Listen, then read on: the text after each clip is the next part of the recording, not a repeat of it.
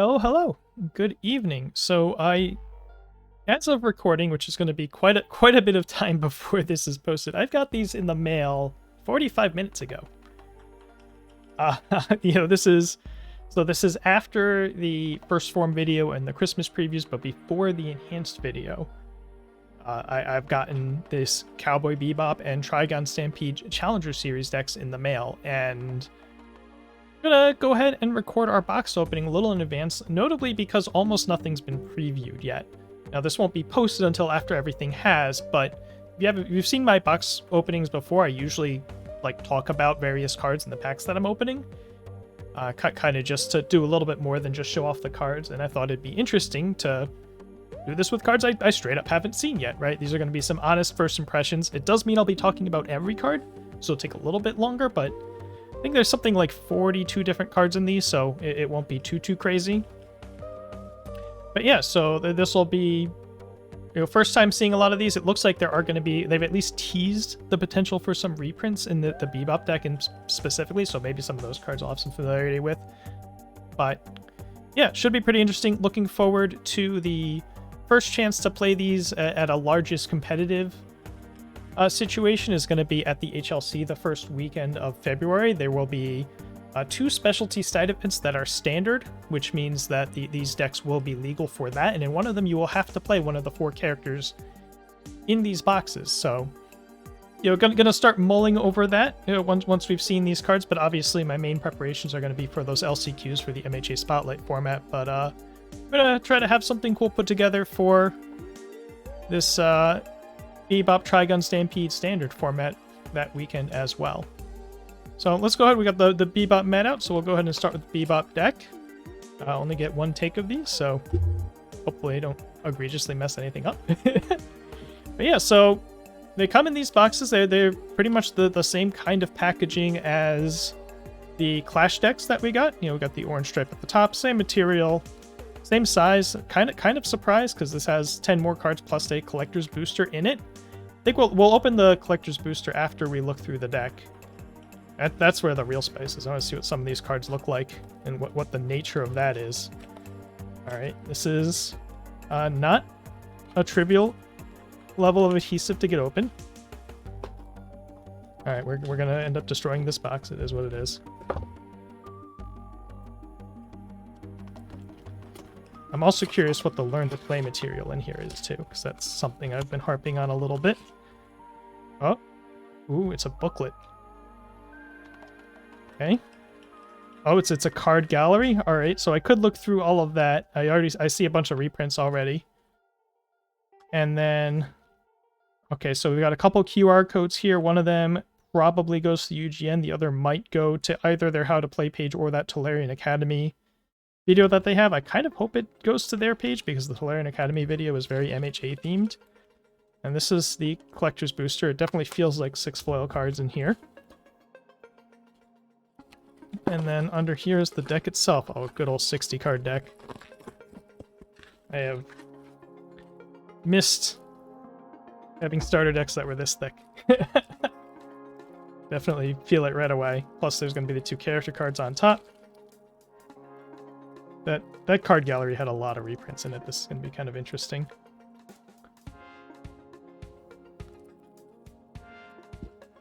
I'm sure these decks won't be mono reprints, but could be heavy on. So here is Mr. Spike himself. There is the pretty a straight up foil on this normal version, but still looks pretty nice actually in person. I kind of like it. And this is like an updated version of Cementos, right? He gets to flip to draw cards on hit, but his scaling is now speed and damage instead of just damage.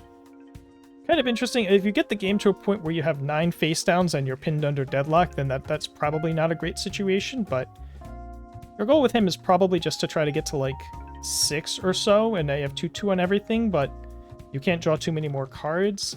So he'll be a little tricky to figure out, but maybe some cards in the deck help him, sort of recycle face downs, keep flipping things, that sort of thing. And then of course Faye. It's the other character that comes in this, a 721.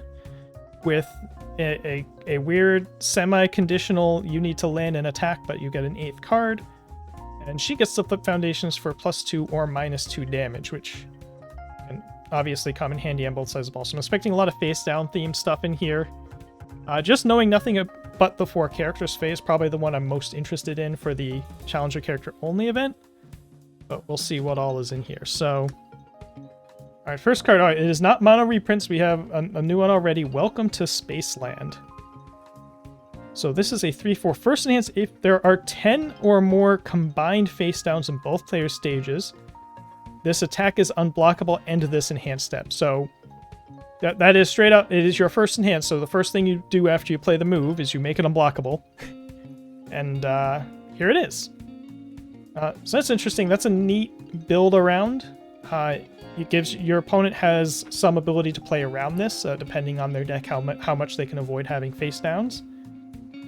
And then it can also remove on defense to ready 3 face down foundations. So this is kind of a neat, sort of a surprise -3 speed kind of energy.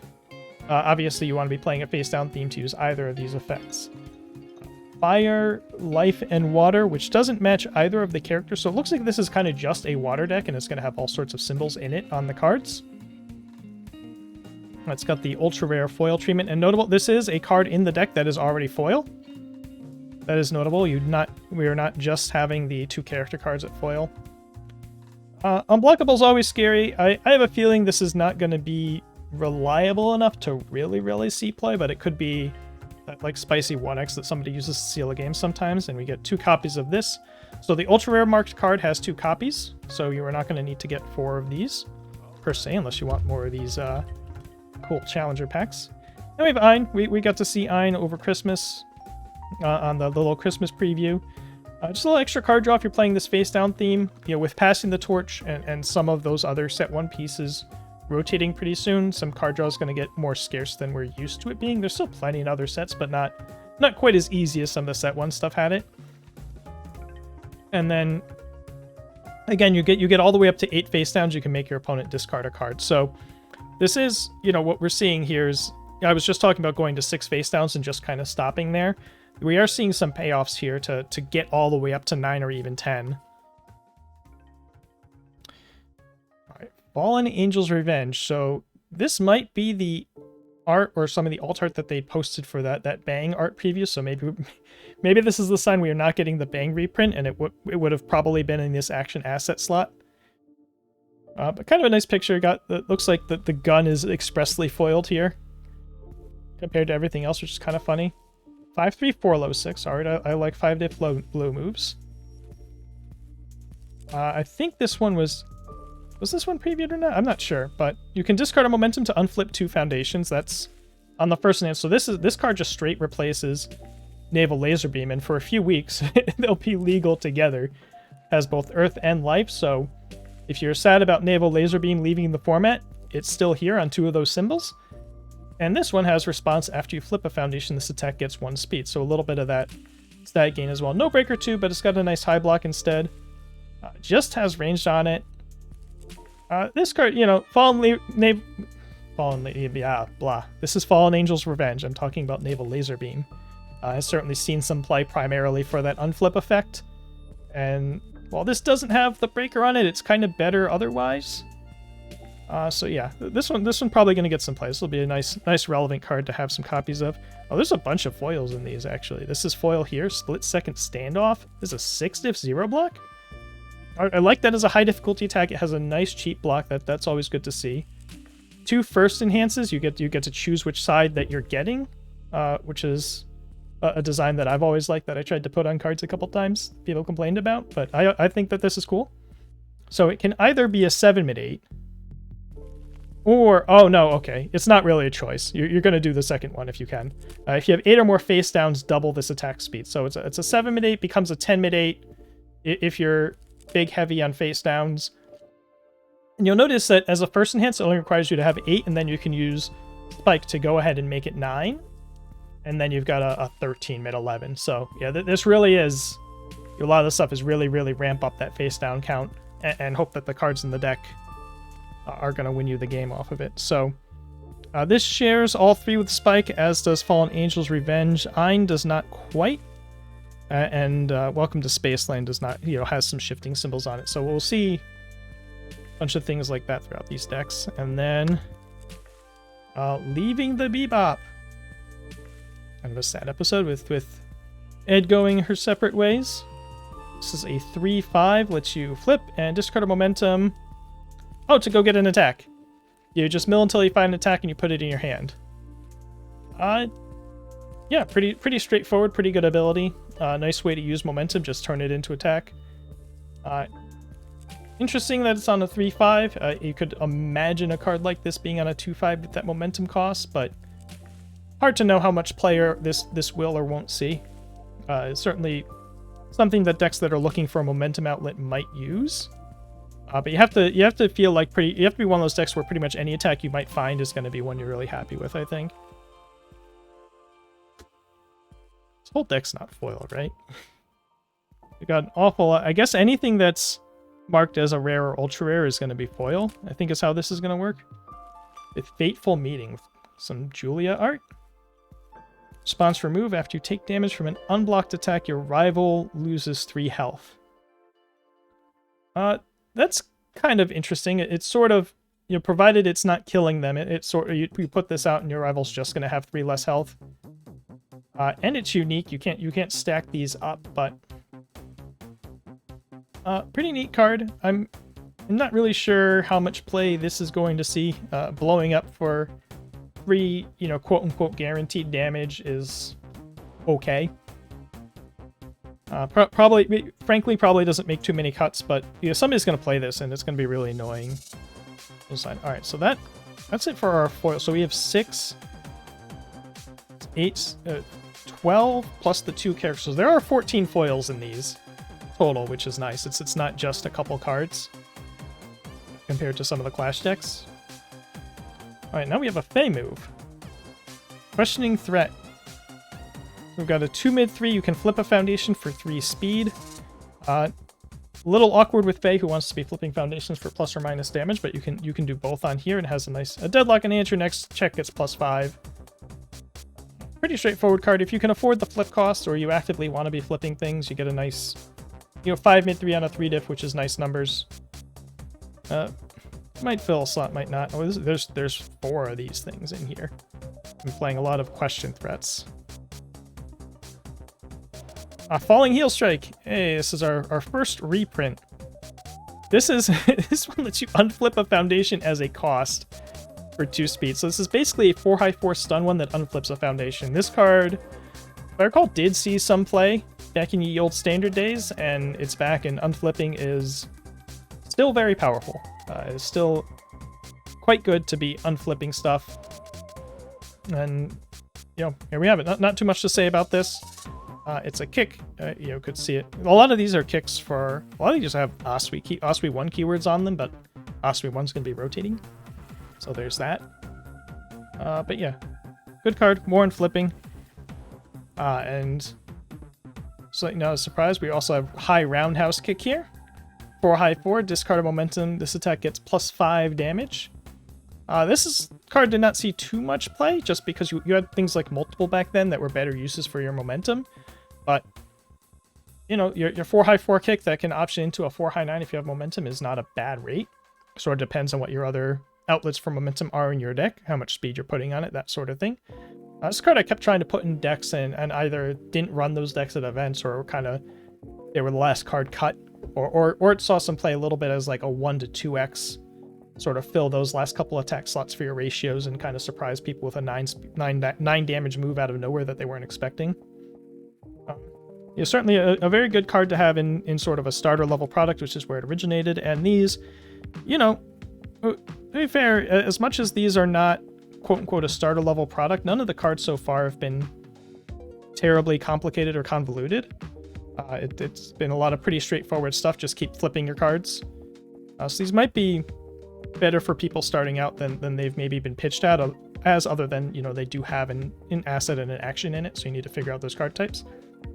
Hunter's Pursuit. All right, this has some stats. This is a 5 low 5 EX2 with ally and ranged. And if you have 3 or more face downs, your next attack gets -2 difficulty. So kind of neat. Not your favorite turn 2 poke, but in a later game situation, you're trying to chain together a kill string. You're giving them all 2/2 or 3/3 with spike. This will certainly help out. Jaw Jammer. Another reprint. You destroy it face down to make an 8 damage throw. This thing is a throw. It has the throw keyword. This one, I want to say, saw some play. You know, this is yet another. They're reprinting a bunch of cards from the original Spike starter, and I guess why not? A bunch of them are kind of cool cards to have around and about. Yeah, not much to say. Build your own 8 damage throw. I can imagine this one is going to show up. And that'll do it for the attacks. So we have, as a pre-constructed deck, we have 6 5 diffs, a pair of 6 diffs, a bunch of 4s and a 3s. Pretty balanced ratio. A lot of stuff that gets, you know, extra stats on face. Pretty straightforward deck. It's certainly feels a little more built for Spike than it is for Fae. There's just a lot of stuff that carries raw stats here pretty well. And then, you know, Fae can put +2 damage on all our moves, but isn't like putting the speed on something like a high roundhouse kick. But there's some stuff like the split-second standoff that get its own speed, so it'll be fine. We'll see if, and you know, she certainly likes having a throw in her deck, so she can guarantee her trigger for sure. All right, and continuing on with the reprints, Ending the Dream, E-Destroy, 4 damage.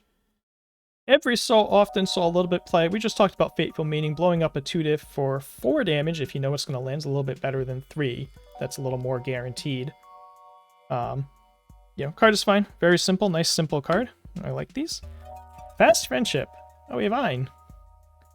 And Faye probably getting scratched by Ein a lot.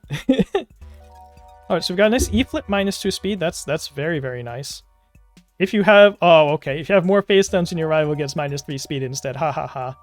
Alright, so there was a card called Fei Fei originally that was a 1/5 that flipped for -3 speed, and this is calling back to that. So that's a little bit powerful, just getting that straight up on a 1/5, but by having this little clause on it, it will sometimes be -3 speed, but it will always be at least -2, which is certainly a fine rate. I've been playing Clever Distraction lately.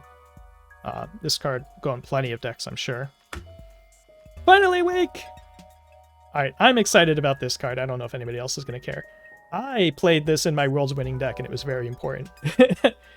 Forget how many copies. I think it was at a 3x or a 2x or something, but it is a 2/5 foundation. It's a very nice +1 high block, which is a great rate to have in a foundation. And it has this... You won't always use it, but when you do, it's kind of clutch enhanced, where you can commit foundations to give your high and mid attacks +1 speed and +1 damage. You know, obviously you won't always have the spare foundation, certainly early on, to be doing this. But as you get into a later game situation, being able to +1/+1 your whole string is a nice little threat to have sitting on your stage, especially when it comes with that nice high block. Has the water symbol, can certainly solve some water high block issues. You put a couple of these in your water deck, and now you not only have a great high block added to your deck, but you got a little bit of scaling. 4x in here? All right, 4x is a bit much, but you're going to be turning foundations face down, so you'll flip your early copies of this, and then later on, you'll keep it around to bolster your stats. Light It Up coming back. And this is, you know, another buff all our stats stick. If you have more face downs than your rival, your attack gets a damage. Can be a tough condition to meet depending on the matchup. This, you know, for instance, in this Play a Challenger character tournament, you probably don't want to be playing a card like this because, you know, half your opponents are going to be flipping all their foundations, right? But 2/5 +1 block, if you're confident you're going to be meeting this requirement. Kind of fine to put +1 damage in all your moves. One of the notable things is if you're in one of these flip all my foundations decks, you're only going to get to leave a few things face up. It's probably not going to be this guy, but maybe early on, if you're turning your +1/+1 boost into +1/+2 for a little while, it can be pretty good. Nice +1 mid block. Nothing like Andy. Simple 1/5 after you block with this card, remove it. Nothing much to say here. Nice simple spam. And I'm really liking that the complexity of these cards is kept pretty tame. There's an understanding here that people will be starting the game with these cards. And granted, while normally you wouldn't include actions or assets in a deck like this, this does show them the card types. So, you know, they're not marketed as starter products, but functionally they're going to be for a lot of people. So I like that we're including a lot of nice simple cards in these, and we'll see if the Trigun follows suit. Sing for Me. Sing for Me is back. Commit, discard a momentum, get 2 health, and draw a card. So we talked about draw being a little bit harder to come by. This is certainly an example. My memory of Sing for me was a card I saw a lot of people put in their deck list that I kept telling them to cut, to be honest. Not sure this is really worth it, but for a starter deck experience as a thing to put as a momentum outlet that will do something for you in your 6 hand sizer, it's pretty fine. Skeptical. All right, we have a new card after 1, 2, 3, 4, 5 of our 6 foundations so far being reprints. Response Tenacious Flip. After you flip a foundation, ready this foundation. Alright, so this is a 1/4 that readies itself 1 time. Yeah, I'm pretty skeptical on this card being any good. This is, yeah, we have 0/5s that flip to ready themselves once, and those cards aren't very good. So on a 1/4, seems pretty not great. Let's be straight up about that. And then our 0 diff is another reprint Syndicate target, another card that I played in my World's Winning Spike deck. Just 0/6/0 low block. Just take the good stats. You lose a health if you block with it. Who cares? This is just a good one. You know, as compared to playing 0/5s that like might do something if your opponent's triggering your anti whatever. Just take your 0 low block and be pretty happy with that. So yeah, so what we have overall as a deck, we're running back a lot of the stats foundations from the original Spike 1 deck, which is fine. You know, something about having a blank 0/6 is in your flip foundations guide. First thing flip, no problem. Skeptical, I guess in this deck, primarily serves to ramp up your face down count, right? Because it gives you a flip after a flip, and that's kind of what it's doing here. So I think it's maybe a little bit better in here than I'm originally giving it credit for.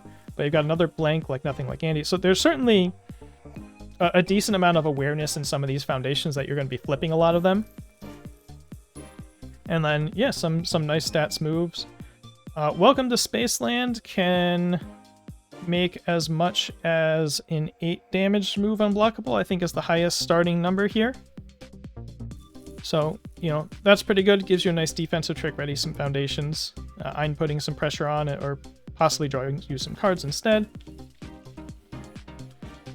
Yeah, so, you know, in terms of describing this as a competitive deck, well, you have some nice block mods. You have a nice 4X with some speed hate. You have a little pseudo speed hate action card. At least as Spike, you're putting stats on everything, right? And that can only be so bad. So, you know, stretching the word competitive, you could certainly bring this deck as is to your locals and just play it, and you won't be, certainly if you play it as Spike, you're not going to be, you know, you won't be feeling dramatically lacking in power or anything like that. Obviously, you won't be as fully optimized as a, you know, a constructed deck someone's bringing to Worlds or anything, but this seems very fine for that sort of thing. Off of Fae, maybe less so. There's really, I'm a little surprised, there's basically nothing in here that interacts with Fae, aside from just, like, anything that lets you spend a momentum as an enhance, and then Fae can ostensibly pick it back up. But she's very much, this is a Spike deck, and you can play it as Fae. So I'm guessing that what we'll see when we go to the Trigun is much of the same thing, is it'll probably be a Vash deck that you could play as Wolfwood. If you want a little bit of a different take on it. And, you know, Fae's self-contained enough. I was just surprised we didn't see any, like, mill ones or anything that manipulated your discard pile in here. So we'll set that aside. Let's open this Challenger pack after a little water.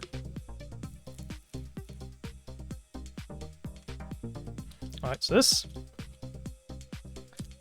no idea what we'll find in here. I noticed they previewed a Spaceland art, but maybe that's going to be used on, like, the alternate version of Welcome to Spaceland, the action card. Alright, this is opening a little tougher than your average Jet Burn booster pack, but that could just be me being bad at opening a pack. Alright, what do we have in here? Alright, so this is an XR. This is a different art for Jaw Jammer, so that's pretty cute. So it is an XR treatment, but it also has a different art. These all have different arts that... ooh. Oh man, they're after me specifically. It's a really sweet looking alt art finally awake. That's cool. That's cool for sure. All right, so these are indeed, they are all alternate arts plus the XR treatment. So even though the original copies are, you quote unquote, reprints, these have, the shiny versions all have alternate art. So we have a nice alternate art gold and syndicate target. That's pretty cool. And these are alt common, alt common, alt common. We'll see if there's probably a rhyme to this. We have a different art falling heel strike. It does look like we're mostly using, you know, official assets and screenshots from the show, which is kind of what the first set had. Probably not that much of a surprise. You know, different companies are going to let them do different things in terms of making their own art and that sort of thing. I assume we also probably won't have too much custom art for Yu Yu Hakusho either. Ooh. A alt art high roundhouse kick. Whereas Faye's leg is doing a little stretch Armstrong here. That's pretty funny. Might be kind of popular because it has Faye on it instead of the original high roundhouse kick. This one looks quite a bit better. And the last alt rare. It's a very nice leaving the Bebop alternate art. That's kind of cool. It'll be interesting to see what the values of these alternate treatments are. It certainly helps that there's a bunch of fairly useful cards in these decks. Imagine this gold syndicate target could go for a fair amount. And I think, just gonna check the rare. There are 3 commons, 2 uncommons, and a rare. I'm guessing it's going to be similar to I think the actual rarities of these cards in the packs. There's 3 copies of it. It's an uncommon. So we can do some math to figure out the actual rarity of these different alt arts. Hunter's Pursuit's registered as an uncommon. Basically, I'm wondering if these uncommons might actually be a little more common than the commons, just off the top of my head with the number of 4Xs that we saw in these decks. But that's fine. We can sort that out later. Yeah, it's nice. These are indeed alternate arts. We know that new XRs look good, and these are no different.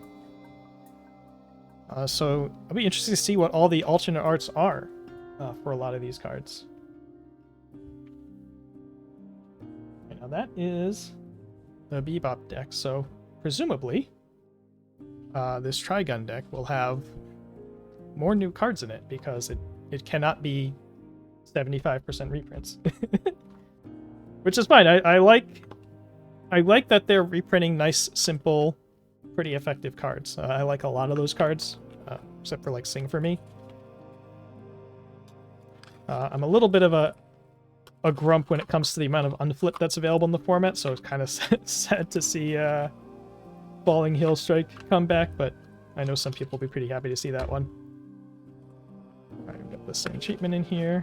I'm just gonna extricate this deck.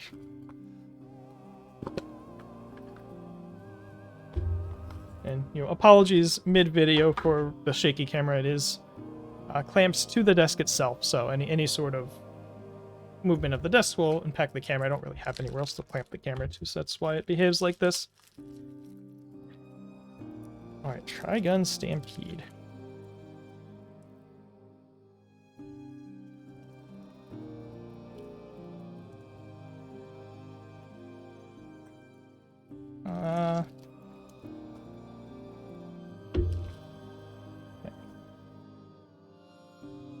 So it's kind of... I'm just thinking about the Bebop Challenger having as many reprints as I wonder if people with old collections... I think they'll still buy them. You might as well have the new frame versions of the cards, and there's enough... All the, like, 2Xs and stuff are new cards in those, and there's a bunch of pretty good ones in there, so I think that the deck's still worth getting. And the Challenger pack is pretty cool. Alright, so we have Mr. Vash himself. Put speed on all his moves. Just looking, well, we're not going to be playing just with the Challenger decks, we'll be playing with the Challenger characters, so I should step that back a little bit. But in terms of the Challenger deck versus Challenger deck matchup, you know, while Spike does have some good block mods in his deck, he only has the 1 speed hate, so Vash putting speed on everything is going to be pretty relevant, as is, you know, when Spike puts billion stats and everything too. And of course he can discard an attack to draw 3 cards. Lots of Vash energy. Now, in reality, you're going to draw an attack within those 3 cards a lot of the time, so you're not really giving up an attack, but it still has that feel, right? Good Vash-flavored feel. And then Mr. Wolfwood. 3 damage and everything, provided you're just playing ranged or weapons, which I assume is what we'll see in here. And you can turn momentum into more cards and some health. So both of these guys have the ability to get up to 8 cards, so I'm guessing we're going to see some like discard card from hand costs in here. But plus 3 damage and everything is a pretty good starting rate. And being able to, you know, once you've poked a bit, once you've gotten a momentum, being able to be an 8 hand size, obviously also quite good. Again, a couple pretty simple characters. Stick, just on the character basis so far, looking perfectly fine for somebody to start the game with. They'll have to deal with action cards like avoiding conflict, which is not focusing too well. There we go. So this is a neat, like, freebie action card. You can always just enhance, put this on the bottom of your deck and draw a card. But if you mill it or otherwise put it into your discard pile during the enhanced step, such as discarding it to one of the costs that I'm expecting to see in here, you can give an attack 2 damage or 2 speed. So fits nice into decks that are going to be discarding cards for one reason or another, mostly. But you also get some triggers on the self-mill, and it's sort of an easy cycle as well, as also being a 1 mid-block. Alright, interdimensional plants. We had an asset in action in the first 6, so of course we have an asset here as well. 3/5, you can commit and destroy a foundation to draw a card and get +1 to a check. That is an interesting ability for sure. Ein similar could commit to draw cards given some conditions. And this lets you discard a momentum for 3 damage and a health. Interesting, like, backup ability. Kind of a weird, just like, value a 3 difficulty asset. You can functionally commit it to pass a check and turn a dead foundation into a card. Not so sure how overall strong this one is, but it's certainly a playable card for these decks. Inevitable Clash. I think we've seen the alt art for this in the previews. Knives looks kind of funky in here. Yeah, we have another 0 mid-block, 6 difficulty attack. Just enhance, add the top card of your discard pile to your hand. So, if you're Vash and you throw an attack away, you just get it right back. So, this is sort of guaranteed to give you an attack, so to say, if you're Vash. If you're Wolfwood, you're doing some mills, so this plays nice for both characters. 6/0, 5/7, that pseudo draws a card. I think this might have some playability. Mostly in, characters with either a bunch of self-mill effects in them or some self-mill costs on the characters. I can play this. If you mill like 3 cards, you get to decide what order they go in, and you pick up the best one. So, kind of a neat effect. It is attached to a 6 diff, but this thing has powerful 3, which is pretty cool. But if you can't afford the 6 diff, like in the early game, you can still block with the 0 block, right? And that's super fine. Punisher's Beam. Hey, we have a Wolfwood attack.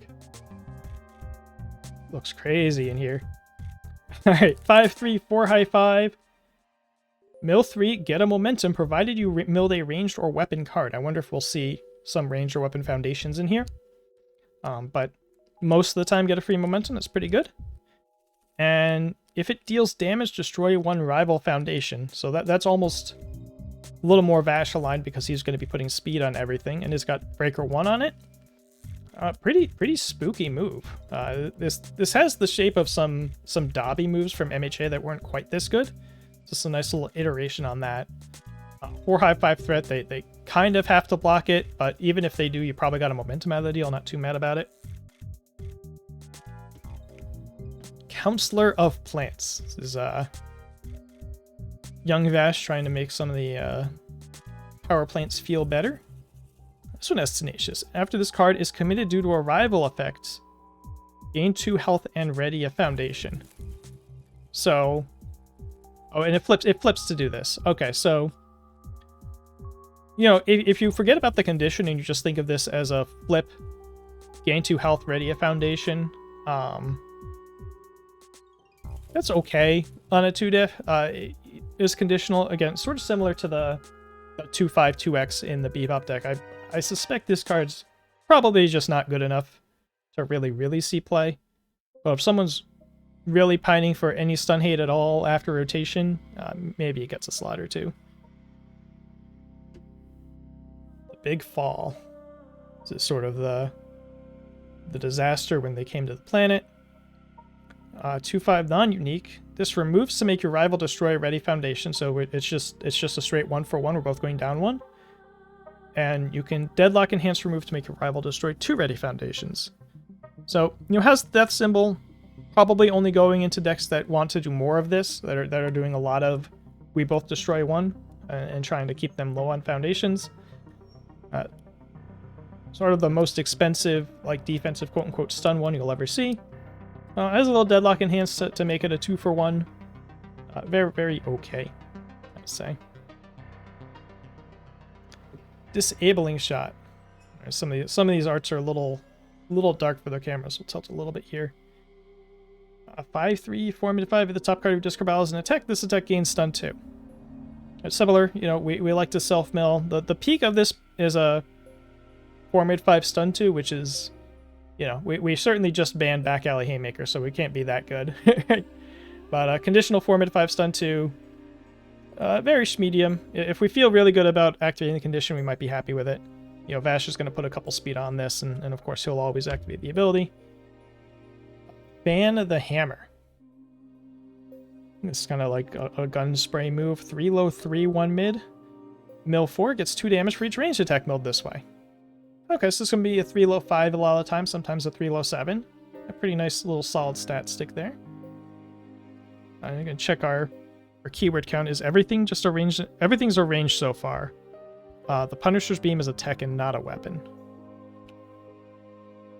Merciful Volley. Alright, we've got a Wolfwood attack in here. Mill 2, it gets X speed. X is the highest difficulty on a card milled this way. So, very often a 4 low 4, sometimes more than that. Has Deadlock Stun 2. Good card to be putting damage on, which is what Wolfwood is doing. This one, interestingly, more of a Wolfwood card than a Vash card, so we get a little bit more Wolfwood love in this deck than Faye gets in the other deck. Probably because they had so many Spike cards they wanted to reprint. Nimble Maneuver, just this wild art on the bird. 394, pretty standard stats. Has EX2. Add the top card of your discard pile to the top of your deck. So, again, a little more Wolfwoody. If you check well on this, you get to go ahead and say, I'm going to check well on my next one. If you have a way to draw a card, then, of course, you could also put that to the top of your deck and draw it. Kind of interesting. Hard to value, mostly like stacking a 5 on top of your deck, or being like extra steps away from, doing what the 6 diff attack here does. Probably not that great in the end, but, might see some play just for, keywords, the blocks, that sort of thing. Steady Shot. This has a 3 block. It's probably crazy. 4 mid 4 ranged weapon. The top card of your discard pile is an attack. Okay, your rival loses 2 health and you gain 2 health. So this is a 4-point swing if you have that discard pile manipulation going on. So I can see the rough block. It's not allowed to kill your rival. It's otherwise just a regular 4 mid 4. But kind of neat. The Endeavor card that kind of does this is always really annoying when somebody actually plays it against you. And that's just the burn side too. Alright, decisions. Set gets +2 damage. It might be +3 damage if you have an attack on top of your discard pile. So this is similar to that 1/5 foundation, where if you're doing the thing that this deck is doing, then you get a little bit above rate. A 2/5 commit +3 damage would be quite good. So it is very okay. But if you're hitting the mark and getting +3 damage off of it, that's very nice. I haven't seen any discard from hand cost yet, so waiting to see those given the other stuff in this deck. Get the scoop, we have Meryl. Oh, simple, like look at the top card of your deck, you may discard it. Kind of a little bit of an... So, what's kind of neat is you have a bunch of stuff in this deck that cares about the top card of your discard pile. So in addition to just scouting your next check, you can use this to get a little optionality on those kind of effects too. Once again, some mostly relatively simple cards here. So will not be bad to have someone start the game with this deck. Grasping for Answers.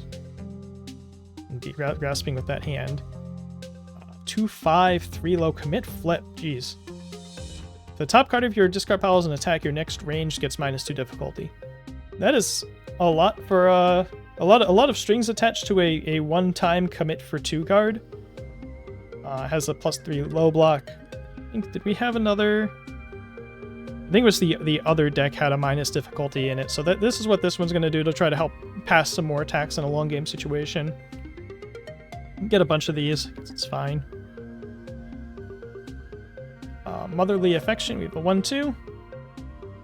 E-flip gain 2 if the top card discard pile. So really most of this deck says if the top card of your discard pile is an attack colon. This is a 1/5 flip gain 2. Not a fantastic rate, but has the +2 high block. I've played 1/5s expecting to flip gain them too before. They've been okay. Pitching in, so here's our 6-check foundation for this deck. Here it is. In hand flip, choose a card in your discard pile and place it on top of your discard pile. So this shares chaos with Fae. So if you're getting each of these decks, then you will get a nice Fae card. Essentially in the Vash Wolfwood deck, and it also plays nice with the attack on top of your discard pile stuff here. And then the 0 diff for this deck, Prideless Negotiations. Just a simple 0/5/2 mid with Breaker 1. Nice and straightforward. I kind of like if this is a trend towards more basic 0 diffs. I think that's probably a good thing. Roberto, he has seen it all. A 2/4, a nice 1 mid block. If the top card is spells in tech deck, it's a speed or a damage. So it's kind of a nice stat spam foundation. I would say we have a lot less of the stat spam stuff in this deck, unless I'm about to show all of them here. But it's nice to have the option, you know, whether you're Vash or Wolfwood, you can do whichever one you need, right? Vash gives speed, you might want this to be damage. Wolfwood gives damage, you might want it to be speed. And then the last card, Suspended Bounty. 2/5/2 high block. This is a speed hate. It's similar to commit version of the Fae and Ein card from the other deck. Commit -2 speed. If top card you discard is an attack, it's -3 speed instead. Interesting that this says top card to discard and not discard pile. It's a little bit of proofreading oopsie there, or inconsistency, I guess. But yeah, E-commit -3 speed's a good rate. It's going to be a little more awkward on defense to have the top card of your discard pile be an attack unless you're Vash. You have probably a little bit less control over that sort of thing. You don't have a bunch of like your attack self-mills going on. But you can do it. So yeah, so this is the Vash and Wolfwood deck. Interesting that this one is not slamming all the stats the way that the Spike deck is, but instead, you know, you have to remember that these two guys are pseudo 8-handers, and they have even some more, you know, get more cards in their kits. What I don't have is a whole lot of make sure I'm going to pass my string, although, you know, Nimble Maneuver helps a little bit with that, and where we're playing all of the copies of this Grasping for Answers to on a specific kill turn, get all those in. I would say this deck is probably trickier for a new person to pick up and bring straight into a locals, but should still be all right, right? Your characters are solving a lot of the stats for you. Vash is probably harder to play than Wolfwood. Wolfwood's just going to make everything huge. And Vash, you have to make some decisions about what attack you're discarding, and you're going to see 3 new cards, and so on and so forth. But he triggers some of the support stuff a little easier. So I think this one, you know, compared to the Bebop deck, is much more situated to run either character. Just looking at some of the card choices here, so that's interesting. I wonder. Doesn't really tell us a whole lot about future Challenger decks, right? How much will they be made for one character versus both characters? But like I said before, I think it's the presence of all the old Spike starter reprints that led that deck in that direction, if I had to guess. So this is the Spike and Vash deck. It's a lot of. I wonder how much. It's basically gonna. We'll have to see how much Yu Yu Hakusho has some sort of self-milling characters on some of these symbols. Because some of these cards are quite nice if you can have that choice at the top of your discard pile. They're kind of almost all linked to that. Pitching in is pretty cool, though. Pitching in might have some generic usefulness I'm not thinking about right now. Let's open. It's alt art pack. Here, so let's see if this is again 3 commons, 2 uncommons, and a rare.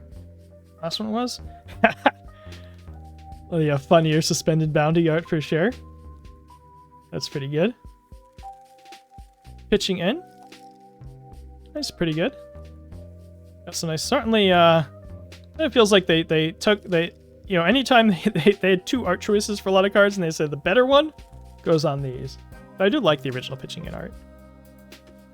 There's some nice motherly affection card. Once again, we have 3 commons here. There's an uncommon, decisions. It's just the our damage pump boy. Oh, that's a flashy nimble maneuver. A gun kind of popping out of the art like that. That's pretty cool. It's the stack bottom of your deck. And okay, we have an alternate art of the ultra rare. Inevitable Clash. They previewed this art in their art previews, so this is straight up two-sided card. Two-sided art, rather. This card is categorized interesting. 6 diff that kind of gives you a selective card. We'll see if that sees it play anywhere outside of these starter decks. Or these, I'm sorry, these challenger decks that are straightforward enough to be starter decks. Give or take the card type stuff. There you have it. That is our walkthrough of the 2 challenger decks. Overall, I really... I like how they're set up. I like the complexity. It is kept relatively tame. There's a lot of consistency in the effects. Like, even though, looking through it as an existing player, it feels like a lot to see if the top card of your discard pile is an attack, 10 times through a whole deck. That's good for new players, right? They sort of makes it very clear that's what this deck is doing. That's where you want to live, and they're gonna have to kind of make some decisions about which of those they want to force to trigger win between Bash's ability and pitching in that 1/6 flip ability. So, and then of course the mill 4 attack can set up some of those foundations as well. So, all in all, pretty neat. I'm looking forward to. I assume we'll have some sort of release event with these or something where everyone will buy one of the decks and we'll play them against each other. I think as an old player, getting a feel for the Vash Wolfwood deck might be more fun. I think it's pretty easy to see how that spike deck's gonna work. Just everything is fast for huge at some point, and you're just trying to not sustain too much damage until you get there, right? Whereas the Trigun deck's a little more tricksy, there's a little more moving parts going on, so kind of something for everybody in that sense too. So pretty cool start to the Challenger series, and the next ones come out in March. It's of course Critical Role, which might be a little more complicated just to try to force more D&D flavor into it, but that's fine. Critical Role fans engage in a hobby where they literally buy encyclopedias, right? So I think that's all good and well. But yeah, we'll close that out here. So by the time this is posted, we will be within 1 week from the release of these guys. These are releasing on January 19th. So, hit up your local game store and see if they have them in stock. The MSRP on these is $35, so a lot of stores will probably be selling them for like $30 or something like that. But yeah, thanks for tuning in and joining me for my first look and not your first look at these cards. And it'll be really funny if one of my takes is already super wrong and people have already just broken a card or something before this goes live. Yeah. Thanks for watching. See you again. Have a good night.